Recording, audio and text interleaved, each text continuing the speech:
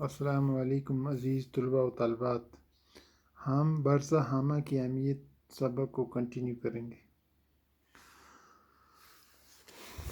اس کے بعد برزہ حامہ کی قدیم بستی کا دوسرا دور آتا ہے۔ اس دور میں لوگ مٹی کے جھونپڑوں میں رہتے تھے، کچی اینٹ کا استعمال بھی کرتے تھے۔ زمین میں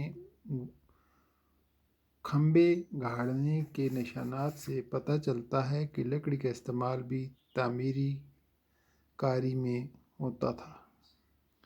اب زیر زمین گڑھوں میں رہنا لوگوں نے ترک کر دیا تھا۔ ان گڑھوں میں مٹی بھر بھر کے ان کے اوپری سطح کو ہموار کر دیا گیا تھا۔ اس دور میں مٹی کے برتن چاک پر بنائے جاتے تھے۔ ایک برتن ایسا بھی دریافت ہوا ہے جس کا رنگ سرخ ہے اور جس میں 950 نگینے لگے ہوئے ہیں، جس سے اس دور کے لوگوں کی ہنرمندی کا پتہ چلتا ہے۔ بعض برتنوں پر روغن چڑھا ہوا ہے۔ اندازہ ہے کہ یہ برتن باہر سے ادھر پہنچے ہیں۔ یہاں پہلے دور میں لوگ مردوں کا کیا کرتے تھے اس کا پتہ نہیں چلتا۔ وہ شاید مردوں کو جلاتے تھے، لیکن دوسرے دور میں ایسی قبریں ملی ہیں جو ظاہر کرتی ہیں کہ مردوں کو گھروں کے آنگنوں میں دفن کیا جاتا تھا۔ قبروں میں سے ہڈیوں کے ڈھانچے، پنجر ملے ہیں۔ ان میں سے 4 سجے کی صورت میں دفن کیے گئے ہیں۔ بعض قبریں ایسی بھی ہیں جن میں سے جانوروں کے پنجر ملے ہیں۔ ہڈیوں کے یہ ڈھانچے کتے، بھیڑیے، جنگلی بکری کے ہیں۔ لگتا ہے یا تو لوگ انہیں پالتے تھے اور ان کے مرنے یا ان کی بلی چڑھانے کے بعد انہیں دفناتے تھے، یا پھر انہیں باقاعدہ انہی گڑھوں میں رکھتے تھے تاکہ یہ بھی سردی اور برف و باران سے بچ جائیں۔ اس کے بعد برزہ حامہ کا تیسرا دور شروع ہوتا ہے۔ اس دور میں لوگوں کا رہن سہن قدرے بہتر تھا۔ وہ پتھر یا اینٹ سے بنے چھوٹے گھروں میں رہتے تھے، یادگار کے طور پر پتھر نصب کرتے تھے۔ اس دور کے برتن مقابلتاً خوشنما ہیں۔ چاک پر بنائے گئے ان برتنوں کی سطح ہموار ہوتی تھی۔ برزہ حامہ کے قدیم باشندے سنگ تراشی کے فن میں بھی کچھ مہارت رکھتے تھے۔ اس کا اندازہ اس پتھر سے ہوتا ہے جو وہاں تالاب میں لگا ہوا ہے۔ اس پتھر کی دونوں سطحیں ہموار ہیں۔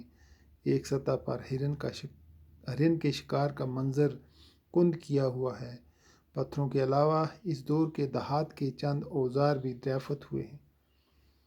پتھروں اور ہڈیوں کے آلات گڑھوں میں گزر بسر کرنا، انسانوں کے ساتھ ساتھ جانوروں کو بھی دفنا دینے کا رواج اس قبل تاریخ تہذیب کی انفرادیت ہے۔ یہ تہذیب شمالی چین، وسط ایشیا، روس، افغانستان اور ایران میں دریافت ہونے والی ایسی قدیم تہذیبوں سے مشابہت رکھتی ہے۔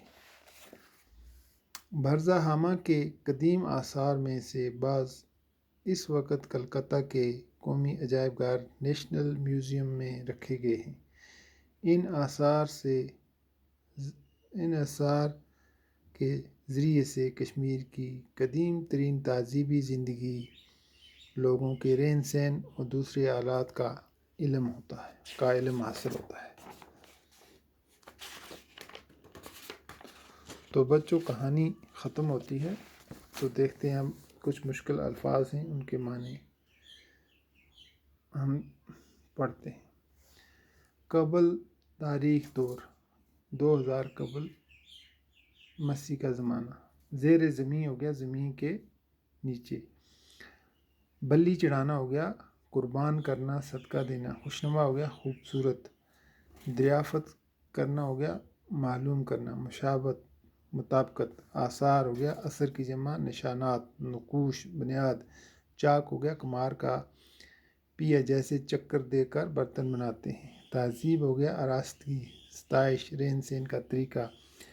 محکمہ آثار قدیمہ ہو گیا پرانے زمانے کی تاریخ کی دیکھ بھال کرنے والے حکومت کا ایک شعبہ. بوجھ پتر ہو گیا بوجھ درخت کا چھلکا. قدیم زمانے میں اسے شکار کے بجائے استعمال کرتے تھے. قدیم بستی ہو گیا پرانے زمانے کی رہنے کی جگہ پرانی رہنے کی جگہ. پھر بارہاں کہتے ہیں بارش کو. محفوظ ہونا حفاظت میں حفاظت کے ساتھ. دہانے ہو گیا منہ. نصب کرنا ہو گیا لگانا. کند ہو گیا کھودا ہوا بنانا. تو آج بس اتنا ہی. آگے انشاءاللہ کل.